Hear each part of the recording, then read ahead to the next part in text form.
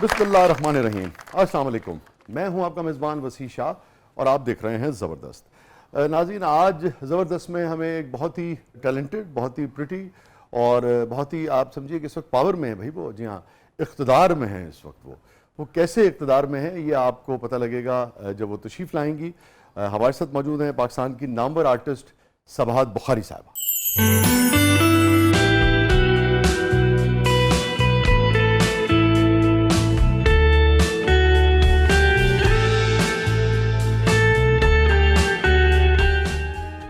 तो बस ठीक है, फिर आज की शाम और हमारा प्रोग्राम सईदा के नाम।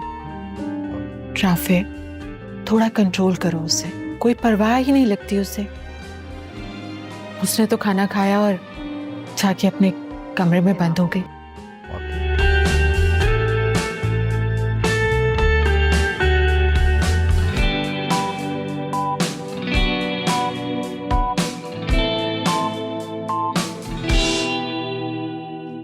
Welcome to the show Sabahat.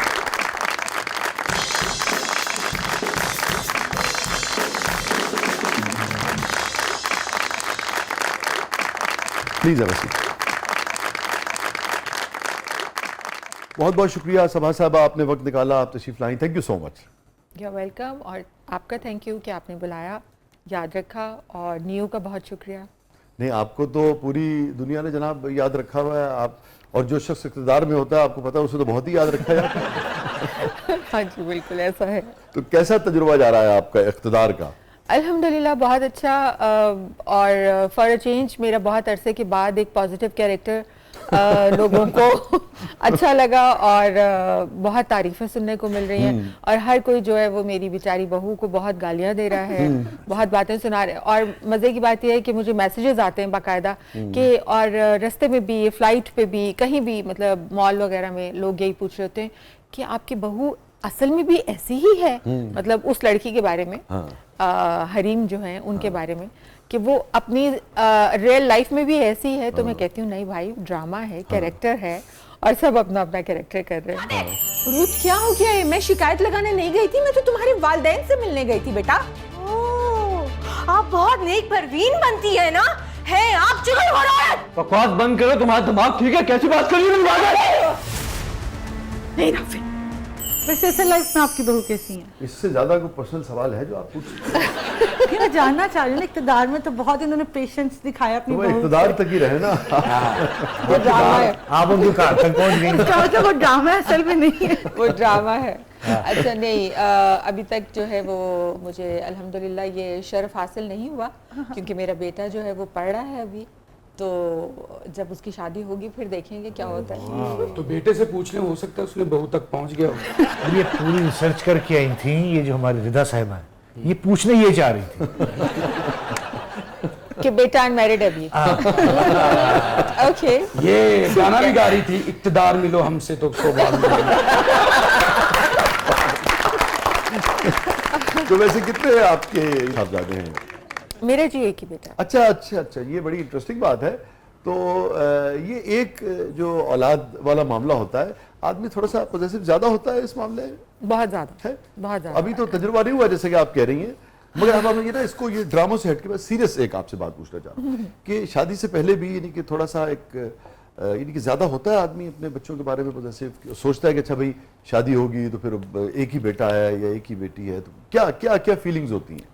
बिल्कुल ऐसा होता है, फीलिंग्स तो होती हैं, लेकिन मेरा ख्याल में थोड़ी सी अब जो है वो, जिस तरह के माशरे में हर तरह की चेंजेस आ रही हैं, माएँ भी थोड़ी सी ज़रा जो हैं वो मॉडर्न हो गई हैं। अच्छा। और वो अंडरस्टैंड करती हैं कि अगर बच्चा जो है वो अपनी पसंद से शादी कर रहा है या उसकी लव मैरिज हो रही है, तो फिर उनको अपनी मर्जी से थोड़ी सी ज़िंदगी गुजारने का हक जो है वो होना चाहिए। थोड़ी नहीं मुझे पता था ये थोड़ी आएगा।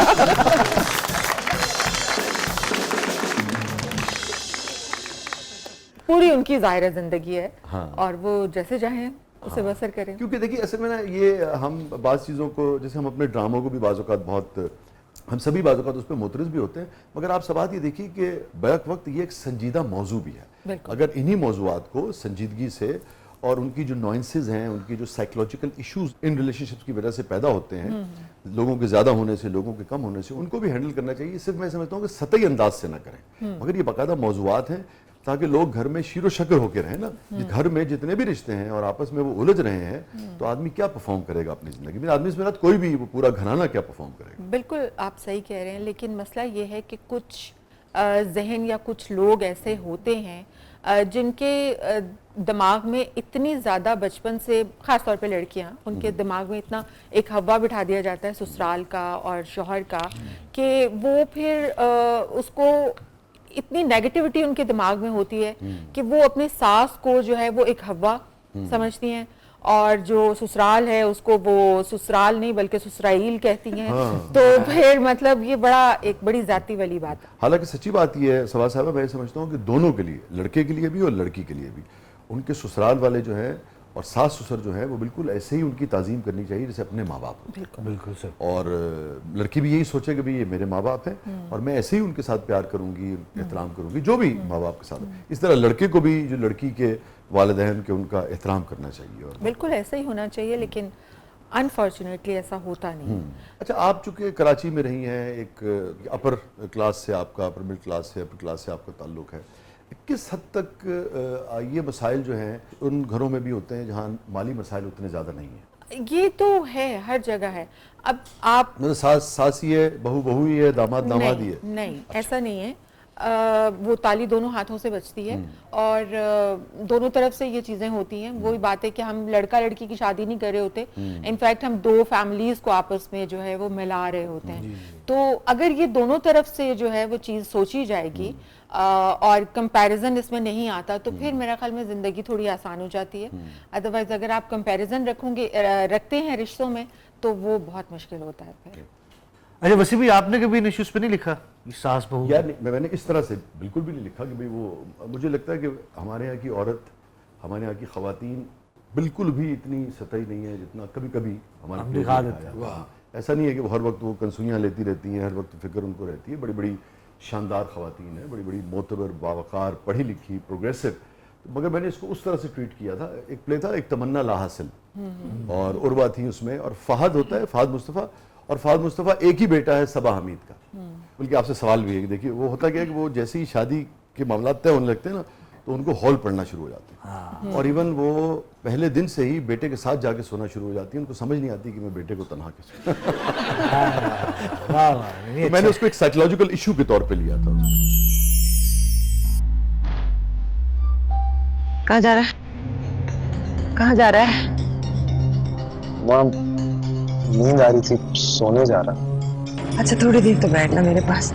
एग्जैक्टली ऐसा ही है। और मैं अभी खुद ऐसे दो प्लेस कर रही हूँ। मुझे लगा आप कह रही हैं कि मैं अभी खुद इसी उससे गुजर रही हूँ, हॉल उठ रहे हैं मुझे।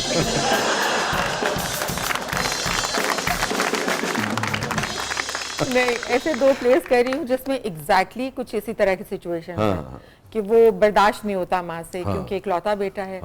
और बस उसका बस नहीं चलता कि वो शादी वाले दिन जो है वो मतलब साथ ही सो रही हो दूल्हा दुल्हन के। तो ये वाली जो है चीजें हैं।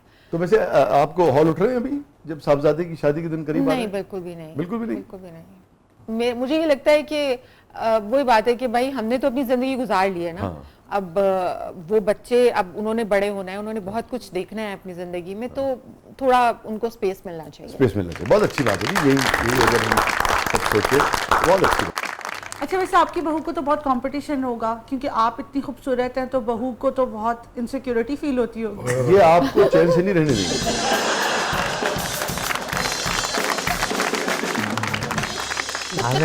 और चैलेंज से याद ये आया, लड़वाना चाहिए। हाँ, पहले शादी से पहले लड़वाना चाहिए।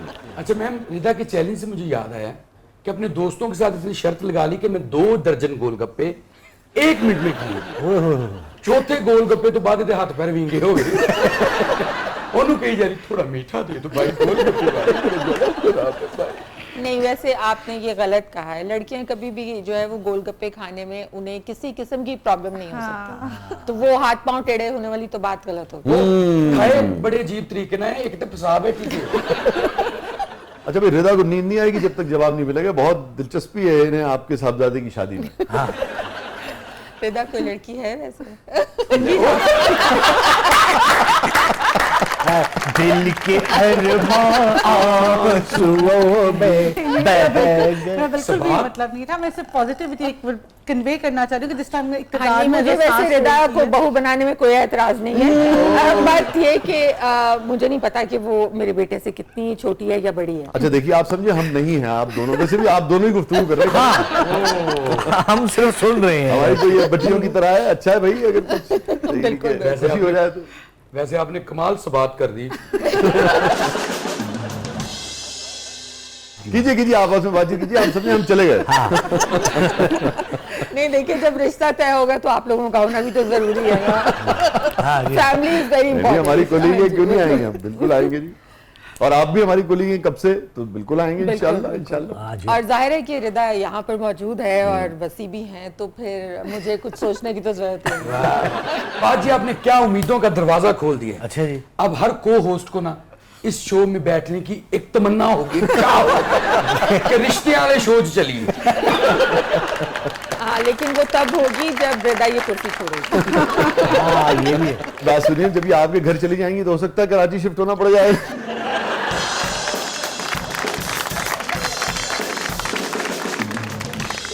कुर्सी साथ ले जाएंगी ना? कुर्सी ले जाएंगी, हाँ कुर्सी ले जाएंगे हम। जी सवाल प्लीज आप मुकम्मल अच्छा, कीजिए। ऐसा है रिदा कि आई थिंक अभी तो इट्स टू अर्ली। जब वो अपनी लाइफ शुरू करेगा, प्रैक्टिकल लाइफ उसकी शुरू होगी, तो फिर देखेंगे। लेकिन ये है कि मुझे ज़रूर ये ख्वाहिश होगी कि जैसी मैं हूँ वैसी ही मेरी बहू भी होगी, और अगर नहीं होगी तो उसे बना लेंगे फिर। सास तो बहरहाल हम हैं।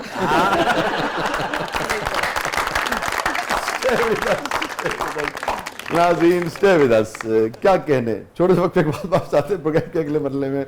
आपके लिए बहुत कुछ, और सच्ची बात यह है कि सवाल साहब से मेरी मुलाकात में हमें 7, 8, 9 साल के बाद हुई है। मैं ज़्यादा लिखता था उस ज़माने में, कराची जाते थे कभी कभार, सेट पे मुलाकात हो जाती थी। तो मैं आपको एक कॉम्प्लीमेंट दे दूं कि एक जिसे कहते हैं ना कि बाल बराबर भी फ़र्क नहीं आया आप, वैसी की वैसी आप फ्रेश और एलिगेंट से हमेशा से थी, और अल्लाह करे हमेशा ऐसी ही रहें। लेकिन आपने साल कम किए हैं कुछ, वैसे ज़्यादा हुए? ज्यादा नहीं बताने चाहिए, वैसे अच्छा किया कम कर। नहीं, आप सही कह रही हैं, एक्चुअली 14-15 साल। हाँ, मैंने कुछ कम किया, लिखना बिल्कुल सही कह रही है, ख़वातीन की मेमोरी।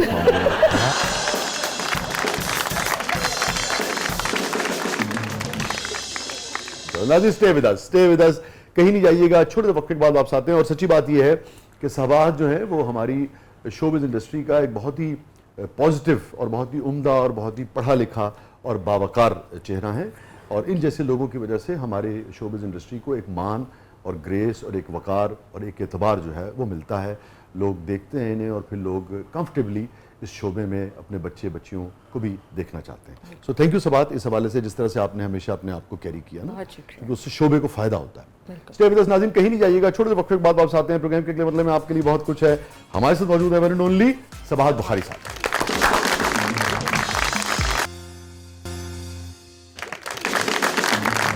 वेलकम बैक नाज़रीन, जबरदस्त में एक बार फिर खुशामदीद। और रिदा, क्या है प्रोग्राम के इस मरले में? आरजुएं, तमन्नाएं,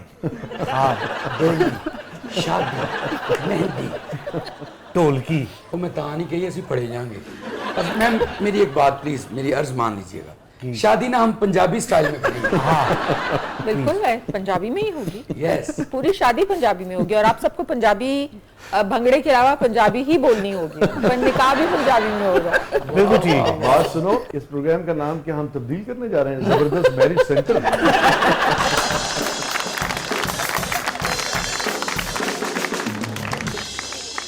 जी रिदा, अब हमारे सेगमेंट है मेरा कुछ सामान, तो आइए बढ़ते हैं जादुई संदूक की तरफ। पहले मेरा कुछ सामान वापस करो। वो ऑफिस में से मिलेगा। हाँ, देखा ऑफ कैमरा सारी है, रिश्ते तय हो गए। मम्मी वो लिपस्टिक आपसे जो कर ली थी ना मैंने, वो मैं वापस कर दूंगी। अब देखो मेरी बात सुनो, लास्ट टाइम तुमने झुमके लिए थे वो वापस नहीं किए। मैं मिसेज अदनान के घर जाना था, लेकिन देखो मैं वो पहन के जा ही नहीं सकी। मम्मी, अब सुधर जाओ तुम। मम्मी, कल आपने मेरी हील वाली जूती ली थी, उसकी आप हील तोड़ के ले आई थी। बाद में लोग मुझे समझ रहे थे कि क्या दो आ रहा है। जबरदस्त। अभी ये पता नहीं चल रहा कि सबाहत सिर्फ एंजॉय कर रही है या राजी हो रही है।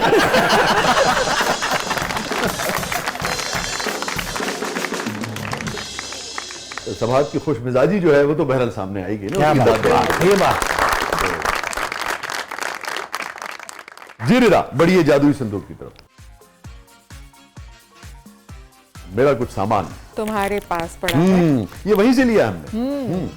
खुल जाओ सिमसिम। जी सलाम। ओके जी, 1 2 3 ठीक है। गुलजार साहब को खूब याद किया आपने। वैसे अगर आप इजाजत करती तो इजाजत में कौन सा रोल करती? हाय हाय हाय, जो रोल रेखा जी ने कर लिया है मेरे ख्याल में कोई और नहीं कर सकता। नहीं, आपको अगर चॉइस हो तो माया का रोल करती या मैं रेखा जी वाला ही। रेखा जी वाला करती? अच्छा। वैसे भी वो फेवरेट है मेरी और बेहतरीन आर्टिस्ट हैं। और देखना सब माया वाला रोल चाहते हैं। ये तो है, ये तो है। नहीं, रेखा ने खैर कमाल किया। कमाल किया। क्या बात है गुलजार साहब के, इस पूरी टीम के। और आप देखें कि क्या अच्छी फिल्में ये लोग बनाते थे कि मर्द और औरत के और ख़ानदान के और रिश्तों को किस तरह से पॉजिटिव वे में बयान करते थे, पेश करते थे। और ओवरऑल क्रक्स ये होता था कि रिश्तों को बचा के आप जिंदगी को खूबसूरत बनाएं। और ये देखिए कि इख्तलाफ को भी कैसे ग्रेस के साथ आपने लेके चलना है। कमाल की यानी कि ब्यूटी यही है रिश्तों की जी, कि इख्तलाफ को भी आप ग्रेस से लेकर चलें और Yes. उसको अगर आप ख़त्म भी करना चाहते हैं तो तमीज़ के साथ और एक अच्छी तरीके से एक डिसेंट वे में आप यस उसको ख़त्म यस। करें। आप देखिए नसीरुद्दीन शाह का और रेखा का कितना शिद्दत का इख्तलाफ होता है, यहाँ तक कि अलहदगी हो जाती है, मगर एक दूसरे के एहतराम में, रिस्पेक्ट में और अपने एहतराम में भी कोई कमी जो है वो नहीं है। ये गुलजार साहब का था ऐसा है। सबाहत रेडियो का बड़ा एक ज़माना था और क्या था वो सेलोन रेडियो, और हमने तो वो वाला जो एक यहाँ पे लाहौर में ख़ास तौर पे इंडियन चैनल आता था दूरदर्शन, तो वो वाला भी हमने वो एंटेना ठीक कर करके वो देखा। आप लाहौर से हैं? जी जी, बेसिकली चूंकि कराची में तो नहीं है। अच्छा अच्छा अच्छा अच्छा अच्छा। तो मुझे याद है कि हमारे बचपन में फर्स्ट टाइम मूवी आई थी यहाँ पे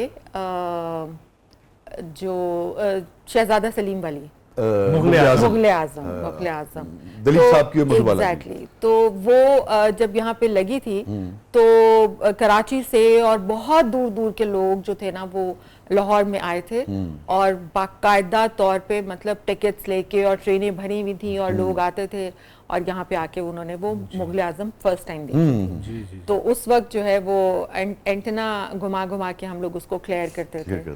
तो क्योंकि छोटे थे तो जाहिर है ऊपर हम नहीं चढ़ना होता था छत पे। आया नहीं आया तो वो और बालों का सवाल ये होता था आपने ठीक किया, हाँ आया है। हाँ, और जितनी देर में आप नीचे आते थे कहते नहीं आ रहा, फिर जाओ। तो रेडियो के साथ भी यही है कि जो गाने हमने रेडियो के ऊपर पुराने जितने भी इंडियन गाने थे वो हमने सारे किशोर कुमार के, मोहम्मद रफ़ी साहब के, वो सब हमने इसी रेडियो के ऊपर सुने हुए। और मेरी वालदा का एक बहुत बड़ा रेडियो है, काफी बड़ा सा, और वो अभी भी हमारे लाहौर वाले घर में जो है वो मौजूद है। तो उसका भी यही सिलसिला था। एक तो उसमें अमीन सियानी साहब का जो प्रोग्राम आता था। जी हाँ, अमीन सियानी साहब, क्या कहते हैं। तो वो गाने जो होते थे बहुत खूबसूरत होते थे और हम लोग भी बड़ा एंजॉय करते थे। चलो जी, एक मसला होर भी हल हो गया। क्या? ਅਸੀਂ ਸਮਝਦੇ ਸੀ ਅਸੀਂ ਕੁੜੀ ਉਰਦੂ ਸਪੀਕਿੰਗਾਂ ਚ ਵੀ ਆ ਰਹੇ ਹਾਂ, ਲੇਕਿਨ ਉਹ ਤੇ ਪੰਜਾਬੀ ਨਿਕਲੇ ਲਾਹੌਰ ਦੇ। जी बिल्कुल, जमपल ਇੱਥੇ ਦੀ ਹੈ। ਤੁਹਾਡੀ ਜੰਪਲ ਲਾਹੌਰ ਦੀ ਤੇ ਅਸੀਂ ਵੀ ਤੇ ਲਾਹੌਰੀ ਹਾਂ ਨਾ। बिल्कुल ऐसा।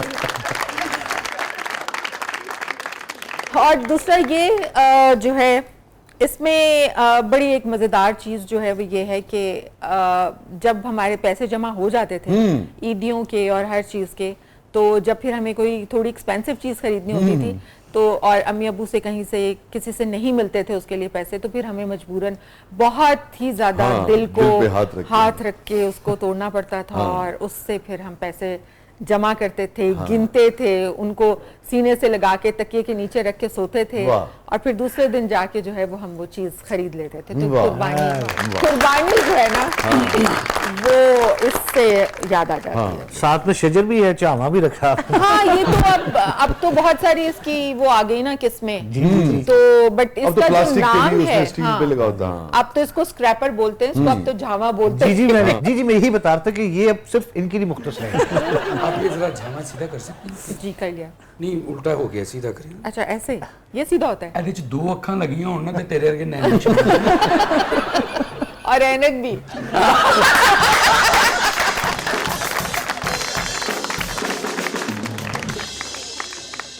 नाज़रीन स्टे विद अस, कहीं नहीं जाइएगा। छोटे से वक्फे के बाद वापस आते हैं प्रोग्राम के अगले पल्ले में आपके लिए अच्छी है, बहुत देखते कुछ अच्छी। है।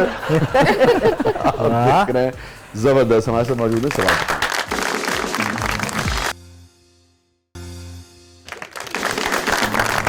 वेलकम बैक नाज़रीन, जबरदस्त में एक बार फिर खुशामदीद। अगर आप इजाज़त दें तो आगे बढ़ने से पहले मैं जरा इक़्तिदार पे बात कर लूँ। भाई वो बहुत ही हिट जा रहा है, लोग बहुत उसको पसंद कर रहे हैं और ये एक अच्छी बात है कि हमने इसमें इसका एक पहलू ये है कि भाई बहू को और तरह से दिखाया गया है, मगर सास का एक अच्छा पहलू दिखाया है। हमें ये भी अच्छा इम्पैक्ट छोड़ेगा ना, जी, अच्छी खवातीन, अच्छी माएँ हमारी, बिल्कुल, अच्छी बिल्कुल, सासें बहुत भी अच्छा, बहुत पॉजिटिव मैसेज है। और काफ़ी अरसे के बाद जो है वो एक तो नए चेहरे थोड़े कुछ सामने आए और उनको लोगों ने पसंद किया, प्यार दिया बहुत, और बहुत वायरल एक तरह से कर रहे हैं सोशल मीडिया के ऊपर भी।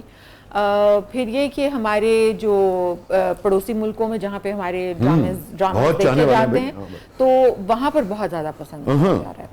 इक़्तिदार वहाँ पर बहुत पॉपुलर है और वहाँ से भी बहुत मैसेजेस आते हैं। तो ऑफर वगैरह नहीं आई आपको अभी तक? नहीं, वो ऑफर आ नहीं सकती ना, क्योंकि जा तो सकते नहीं, हाँ, फायदा अभी क्या तो है। हाँ। ऑफर्स तो वैसे आती रहती है, लेकिन ऐसी ऑफर्स का क्या फायदा? वैसे आप तो कब से काम कर रही हैं, तो आपको अब तक किस किसने ऑफर की है? किस चीज़ की? क्या बात है हमारी साथ। अब देखे ना, लाडी भी वही शुरू हो गई। भाई रिदा कहे कि मेरी सास इतनी विची है, इतनी विची है, मैं तुम्हें क्या बताऊं। My God. और सुभाष जी आगे से कहेंगी हाँ। मेरी बहू इतनी मिट्टी है।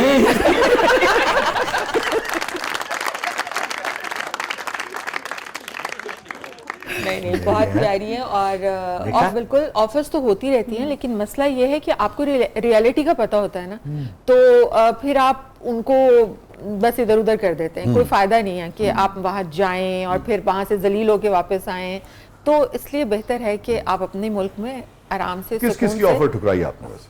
नहीं, कोई ऐसी बड़ी को बहुत, मैं नहीं कहूँगी कि मैं यहाँ पर बैठ के कोई डींगे मारूं, लेकिन ये कि अभी जो रिसेंट जो ऑफर्स आती है ना, वो आती हैं कि आप इंडिया आएं, मतलब काम के हवाले से नहीं, अच्छा, वैसे आप वैसे एज ए एक्टर जो है वो आप ठीक है। हमारे पास आएं और मिलें। और पहले जो है वो कुछ ऐसे शोज थे उनके जिसमें बुलाया गया था, लेकिन बिग बॉस में मतलब थे कुछ ऐसे। अच्छा।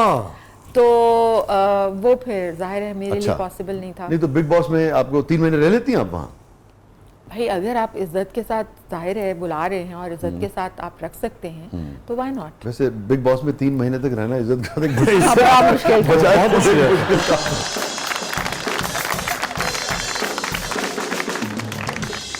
एग्जैक्टली। तो वो तो नजर आ गया था ना, क्योंकि कुछ हमारे लोग गए थे यहाँ जी हाँ, अच्छा। तो फिर वो नहीं हो सका। इसलिए बेहतर था कि आप सबक सीख लें, जो देख रहे हैं उसे सबक हासिल करें और फौरन इज्जत से ना करें, वो ज्यादा बेहतर है। अच्छा, तो सलमान खान की खुद कॉल आई थी आपको या? हाय काश आ जाती। वाह वाह वाह। नहीं, उनकी टीम के लोग थे, उन्होंने कांटेक्ट किया था। तो इक़्तिदार के हवाले से कोई और दिलचस्प चीज, दिलचस्प वाकया, और लोगों को बड़ी दिलचस्पी अभी मुझसे भी कहते हैं कि जरा पूछिए एंड क्या होगा। हाँ, ये मुझसे भी लोग पूछते हैं, लेकिन अभी हमें नहीं पता। मुझे इसलिए नहीं पता कि कुछ एपिसोड्स जो हैं वो एक्सटेंड हुए हैं और अभी वो लिखे जा रहे हैं, या फिर मतलब हमने पढ़े नहीं हैं, तो इस वजह से मुझे नहीं पता कि एंड क्या होगा। सब लोग, अब मजा क्या आएगा अगर मैं अभी से एंड बता दूंगी, तो वो देखें तो पता स्पॉइलर भी तो कोई चीज होती है ना, उसके अपना मजा होता है, लोगों की तड़पन और जलन खत्म करने में तो एक मजा आता है। नहीं, हमारे ये बड़ी प्रॉब्लम होती है, एंड दे दी हमारी जो बहू बनी हुई है वो बेचारी हर वक्त नाराज हो रही होती है कि यार मुझे इतना नेगेटिव दिखा दिया, मुझे इतनी गालियां पड़ रही होती हैं, यूट्यूब पर भी मुझे लोग इस तरह बद्दुआएं दे रहे हैं और पता नहीं क्या क्या कर रहे हैं, हमारी प्यारी बीजान के साथ ये कितना गंदा सलूक कर रही है और ये और वो। तो मैंने कहा कोई बात नहीं बेटा, यही तुम्हारी सक्सेस है, यही तुम्हारी कामयाबी है कि तुम्हें गालियां पड़ी हैं, क्योंकि हमें भी बहुत पड़ी हैं, मतलब नेगेटिव कैरेक्टर्स के ऊपर हमें भी बहुत गालियां पड़ी हैं, लेकिन उसके बावजूद लोग इतने प्यार से आके मिलते हैं तो बहुत अच्छा लगता है। ठीक है, आप लाजमत जब हम किसी भी प्ले का हिस्सा होते हैं, आर्टिस्ट भी वो मशवरे भी देते थे कि अच्छा भाई ये देख लीजिए, ये देख लीजिए, तो जो भी हमने फाइनल करना होता था वो तो आपके पास लाइव बात इख्तियार होता है राइटर के पास। आपसे अगर पूछा जाए कि इसका एंड क्या होना चाहिए? अच्छा, मैं आपको बताऊं वैसे मसला ये है कि अभी ना एंड्स कुछ बहुत अजीब हो गए हैं। हाँ, इख्तियार का एंड जो है वो अजीब ही होता है।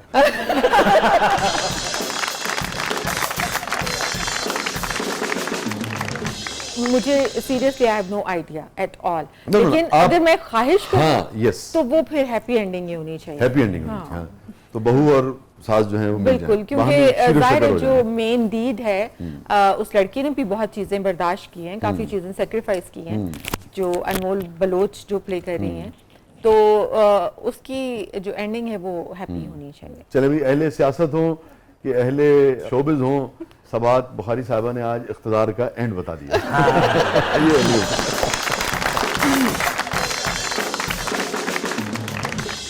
नाज़रीन कहीं नहीं जाइएगा, छोटे से वक्फे के बाद वापस आते हैं। प्रोग्राम के अगले मतलब में आपके लिए बहुत कुछ है।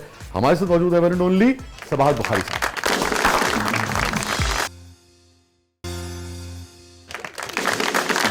वेलकम बैक नाज़रीन, जबरदस्त में एक बार फिर खुशामदीद। और सबा साहबा हमारा सेगमेंट है जिसका नाम है कैथारसिस।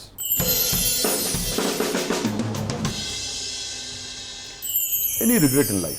मेरी वालिद साहब बहुत एक रिटायर्ड एयरफोर्स से उनका ताल्लुक था और बहुत सख्त एक इंसान। फिर हम लोग क्योंकि बुखारी फैमिली है, सादात हैं, तो रिटायर्ड थे या जी इंजीनियरिंग साइड। ठीक। तो सादात फैमिली में तो मुझे टीवी का बहुत शौक था। मैंने अपना जो करियर के आगाज़ किया था वो पाकिस्तान टेलीविज़न से एज ए न्यूज़ अनाउंसर किया था, अनाउंसमेंट की थी मैंने। तो उसके लिए परमिशन जो थी वो बहुत मुश्किल से मुझे मिली थी। काफ़ी दिन नाराज़ रहना पड़ा घर में, मतलब किसी से बात नहीं की। वालिद साहब नाराज़ रहे? आपने? वालिद साहब भी नाराज़ रहे, मैं भी नाराज़ रही। और उम्र क्या थी आपकी उस वक्त? I was 16। और ये लाहौर की बात? जी, लाहौर की बात है। तो और हम घर में बातचीत बिल्कुल नहीं करते थे। और मेरी छोटी बहन जो थी वो मुझसे 2 साल छोटी है, तो वो मुझे कहती थी कि यार ठीक है, मतलब तुम प्यार से आराम से बात करके देखो, शायद मान जाए। और कितने अरसे चला ये ड्यूरेशन कितनी थी? काफ़ी लंबा। अच्छा। काफ़ी लंबा चला, लेकिन फिर मेरी अम्मी ने उनको थोड़ा सा फोर्स किया कि मतलब अगर उसकी ख्वाहिश है और वो करना चाह रही है। और असल में चीज़ें ये होती हैं कि उस वक्त ज़माना कुछ और था और लोगों का शोबिज़ इंडस्ट्री में लड़कियों का काम करना जो है वो बड़ा अजीब सा समझा जाता है। परसेप्शन भी जैसा अब है उस वक्त नहीं था जी। बहुत डिफरेंस है अब के और उसमें। तो वो उन्होंने मुझे इजाज़त तो दे दी, लेकिन वो बातचीत जिस तरह पहले हुआ करती थी वो कभी नहीं हुई। कभी नहीं हुई? कभी नहीं हुई। और वो उनके मरते दम तक नहीं हुई। तो ये ऑब्वियसली एक रिग्रेट मेरी ज़िंदगी में है कि अकड़ जो है ना, वो ईगो जो है वो दोनों तरफ से नहीं रहनी चाहिए। अगर उन्होंने परमिशन दे दी थी और बीइंग अ फादर इस चीज़ को वो मान गए थे कि ठीक है आप अगर करना चाहते हो तो कर लो वो चीज़, लेकिन वो दिल से मेरा ख्याल में खुश नहीं थे। तो ये रिग्रेट मुझे हमेशा रहता है कि काश मैं मरने से पहले उनसे इस बारे में बात कर सकती और पूछ सकती, लेकिन मैं यही आपसे पूछ रहा था। और फिर कभी इस पर बात नहीं हुई? नहीं, कभी बात नहीं। कभी आपने कोशिश की या सोचा कि हाँ मैं आज करती हूँ, बात करती हूँ, या आपको लगा कि अच्छा उनकी तरफ से कोई किसी वक्त होता है कि कोई एक आध जुमला, कोई जेस्चर, कोई बात? नहीं, बस ये था कि जब फिर मैंने ड्रामा इंडस्ट्री ज्वाइन की तो उस वक्त वो देखते थे, ड्रामाज मेरे देखते थे, शोज़ जो हैं वो भी देखते थे बैठ के अम्मी के साथ, और फिर थोड़ी देर के बाद उठ के चले जाते थे। तो अम्मी ये मुझे बताती हैं क्योंकि ज़ाहिर है मैं तो कराची में हुआ करती थी और वो लोग यहाँ पे थे लाहौर में।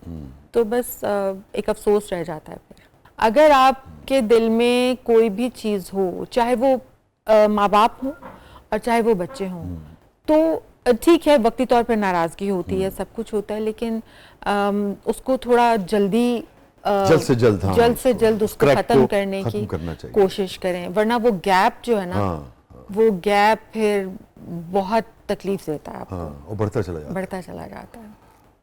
तो आप 16 बरस की थी, 16 बरस के बाद ये एक खलीज सी बेटी और बाप के दरमियान आई, फिर वो काफ़ी अरसे चली और फिर वो इस दुनिया से खत्म नहीं हो चले गए, खत्म। उनके जाने के बाद इन पिछले 15-20 सालों में किस मौके पे आपको बहुत ही शिद्दत से एहसास हुआ कि काश मैं कुछ भी करती, मैं जो कहते ना कि जाके ये मैं नहीं कह रहा कि ऐसा आपने सोचा होगा, हो सकता है आपने कुछ और सोचा हो कि मैं कुछ भी करती, गले लगा लेती, कुछ भी करती, मगर मैं चली जाती, मैं कह देती अपने बाप से, जो भी आपका पर्सपेक्टिव था। बहुत बार अक्सर, अब क्योंकि बीइंग एन आर्टिस्ट एक इंसान वैसे ही सेंसिटिव हो जाता है बहुत, और जो सेंसिटिव नहीं होता वो कभी एक्टर नहीं बन सकता। तो आप कोई भी चीज़ देखते हैं, कोई बच्चा अपने बाप के साथ कोई मतलब चीज़ें कर रहा होता है, तो फौरन आपको वो चीज़ जो है वो क्लिक करती है और वो याद आती है कि यार अब मैं भी इसी तरह से करती थी। पहला तो हमारा रिलेशनशिप बड़ा अच्छा था, लेकिन फिर एकदम से ख़राब हो गया और वो फिर उसको मैं सही नहीं कर सकी।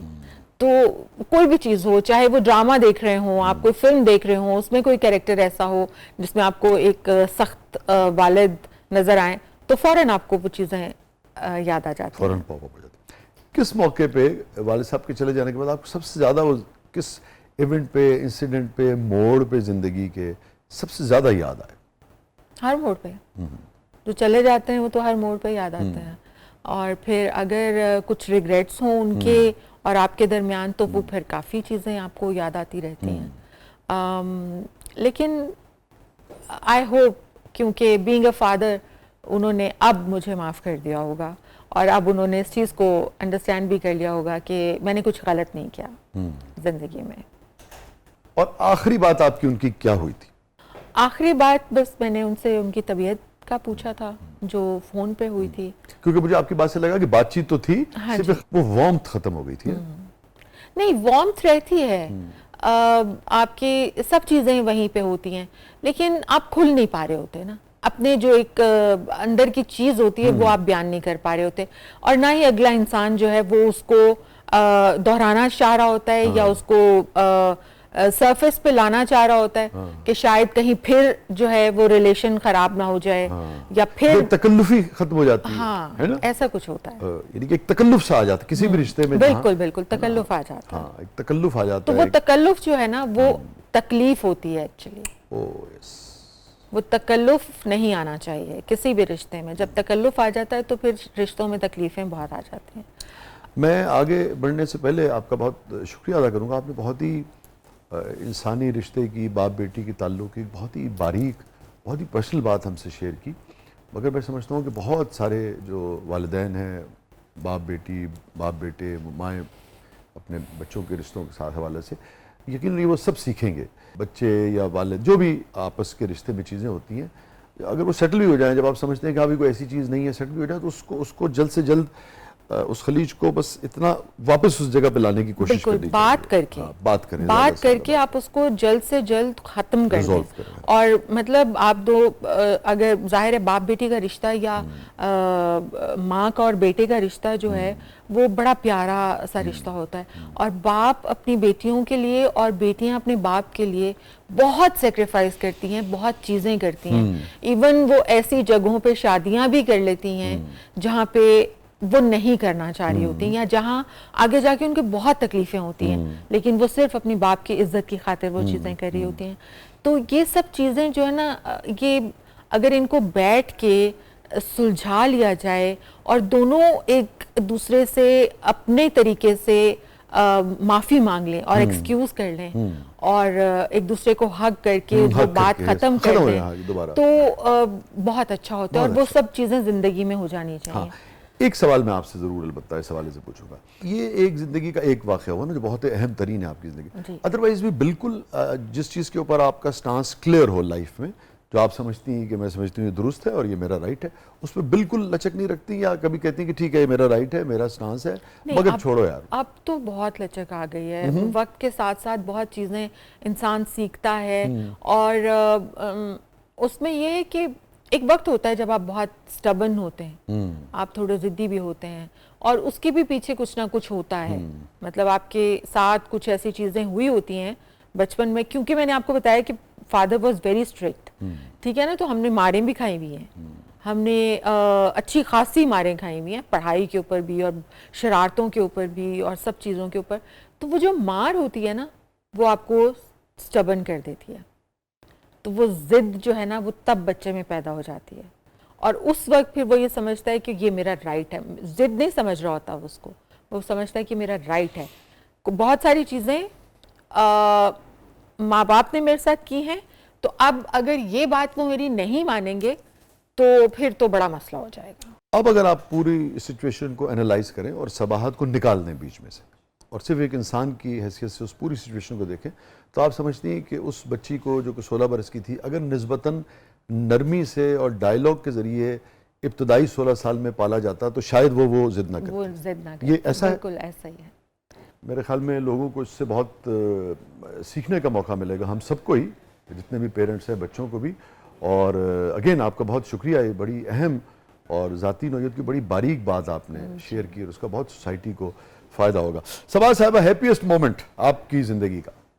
एक तो था जब मेरा बेटा पैदा हुआ था, माशाल्लाह, और काफ़ी एक प्रॉब्लम वाली एक क्या कहते हैं वो सिचुएशन थी, सिजर था और सब चीज़ें थी, और फिर उसकी बाद में उसको जॉइंटिस भी हो गया था और काफ़ी उसकी तबीयत ख़राब हो गई थी। तो जब उसने रिकवर किया और बिल्कुल ठीक हो गया, तो that was the happiest moment. बात भी किसी भी नेमत में अगर ज़रा सी तकलीफ से गुजर के हासिल करे तो खुशी उसकी और बिल्कुल वो डबल हो जाती है, बढ़ जाती है, डबल हो जाती है। अल्लाह ताला आपको बहुत खुशियाँ दिखाए अपने साहबजादे की, बहुत ही अल्लाह ताला खुश रखे। ये जो आपका अपना, जिसे हम सब सीखते हैं ना, हम अक्सर कहते हैं कि वो ट्रॉमास जो हैं किसी भी नौजवान के, सबकी ज़िंदगी में मुख्तलिफ तरह के होते हैं ना, कहीं दुख होते हैं, कहीं ट्रॉमास होते हैं, कहीं वक्त ने जबर किया होता है, कहीं माशरे ने, कहीं आपस में ख़ानदान ने एक दूसरे के साथ, और हम उसके साथ चल रहे होते हैं। कुछ लोग रिएक्शनरी होते हैं, जो कुछ उनके घर में हुआ होता है वो उसी को मल्टीप्लाई करके अपनी अगली नस्ल में रहा करते हैं। कुछ लोग सोचते हैं कि नो, ये ठीक नहीं था, ये मेरे साथ हुआ, मैं अपने बच्चों को या माशरे को बिल्कुल इसके उलट करूंगा। आपका रवैया कैसा रहा अपने साहबजादे के साथ तरबियत के दोस्त? बिल्कुल मुख्तलिफ रहा, बिल्कुल मुख्तलिफ। मतलब ये तो मैंने उस वक्त ही सोच लिया था कि मैं जो चीज़ मैंने फेस की है अपनी ज़िंदगी में, वो मैं कभी भी अपने बच्चों को नहीं उनके साथ में नहीं करूँगी, और ये बहुत ज़रूरी है, क्योंकि तभी जो है वो आप एक हीलर बनते हैं। जी। तभी आप अपनी वो जो आपकी फैमिली में बहुत सारे ट्रॉमास होते हैं उनको ख़त्म कर पाते हैं, और उस चेन में जो नेगेटिव वो है उसको जब तक आप तोड़ेंगे नहीं ट्रांसफर होता रहेगा। बिल्कुल। तो वो है ना कि अगर आप बहुत सारी माचिस की तीलियां एक साथ रख दें और जला दें, तो एक तीली को हटना पड़ता है। एक सवाल बुखारी को बीच में आना पड़ता है कि नहीं भाई, बिल्कुल मैं आगे इसको वो नहीं। बहुत अच्छी बात है, यही देखिए सीखने की बात है। Wonderful, great. सबाहत बुखारी साहिबा की जिंदगी का सबसे गमगीन लम्हा? मेरी एक कज़न की डेथ हुई थी कुछ साल पहले, और वी वर बडीज़। बचपन से हम इकट्ठे खेले पले बढ़े, एक दूसरे के साथ हर चीज़ शेयर करते रहे। मेरी मामू की बेटी थी, और उसकी बस बहुत सडन एक डेथ हो गई थी, सोते में ही डेथ हो गई, एंड शी वाज यंग। लेकिन वो जो डेथ थी वो भी एक बहुत अजीब सा लम्हा था, क्योंकि बहुत क्लोज किसी का जाना वो एक बड़ी अजीब सी कैफियत होती है। तो मुझे बस वो चीज़ जो है वो एक अभी भी मुझे ये लगता है कि जैसे मेरे पास अगर कोई खुशी आ रही है तो मुझे लगता है कि वो ही इसका वसीला बन रही है, और मेरे पास अगर कोई अच्छी चीज़, जो भी पॉजिटिविटी मेरे पास आ रही होती है किसी भी वे में, तो वो मुझे यही लग रहा होता है कि वो जो है ये मेरे पास भेज रही है। वो मुझे अभी भी ड्रीम्स में भी आती है, और मुझे हर चीज़ में वो मतलब नज़र आ रही होती है। जो उसको तितलियाँ बहुत पसंद थी, तो मैं आज भी अगर कोई बटरफ्लाइज वगैरह देखती हूँ तो मुझे फ़ौरन मेरी आंखों में एकदम से उसका चेहरा और वो आ जाती है कि शायद ये बटरफ्लाई कहीं वही तो नहीं है, यही तितली बन के कहीं मेरे इर्द गिर्द घूम रही है। और तो बहुत सारी इस तरह की चीज़ें होती हैं जो इंसान नहीं खत्म नहीं कर पाता, भूल उसमें नहीं आपके पाता। दोस्त प्यारे जाते हुए पूरे आपके वजूद का और एक उसका हिस्सा हिला देते ले हैं, जाते हैं, बिल्कुल। साथ ही ले जाते हैं, साथ ही ले जाते तो कुछ दोस्तियां ऐसी होती हैं ना कि वो जब चली जाती हैं तो वो और भी ज़्यादा करीब हो जाती हैं। तो बस मुझे ये लगता है, पता नहीं क्यों, कि वो जहाँ भी है वो देख रही है, मुझे देख रही है।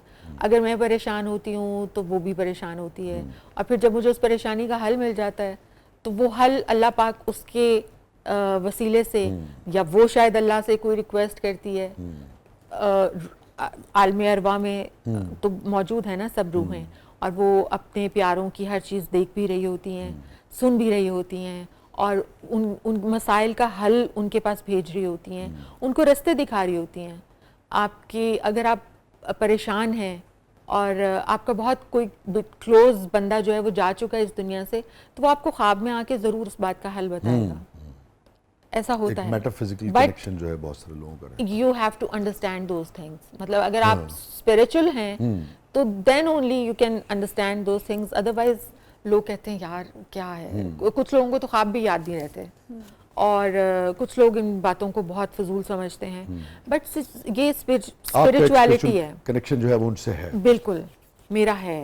कोई ख़ास स्पिरिचुअल इंसिडेंट, कोई ख़ास स्पिरिचुअल रहनुमाई जो बहुत आप को वाजे हो कि हाँ ये मेरी ज़िंदगी में आई है, या मैं कह सकती हूँ कि बिल्कुल ये गाइडेंस आई थी? हर कदम पे होती है वैसे। कोई बहुत बड़ी तकलीफ आने से पहले अगर मुझे ये पता चल गया है कि मेरे साथ ये होने वाला है और मैं वो नहीं कर रही हूँ, तो वो मेरे लिए तो बहुत बड़ी बात है। और ऐसा हुआ आपके और साथ? ऐसा बहुत दफ़ा ऐसा होता है, हुआ। बहुत दफ़ा होता है। और क्या आपकी जो साथी थी उनका नाम था दोस्त का?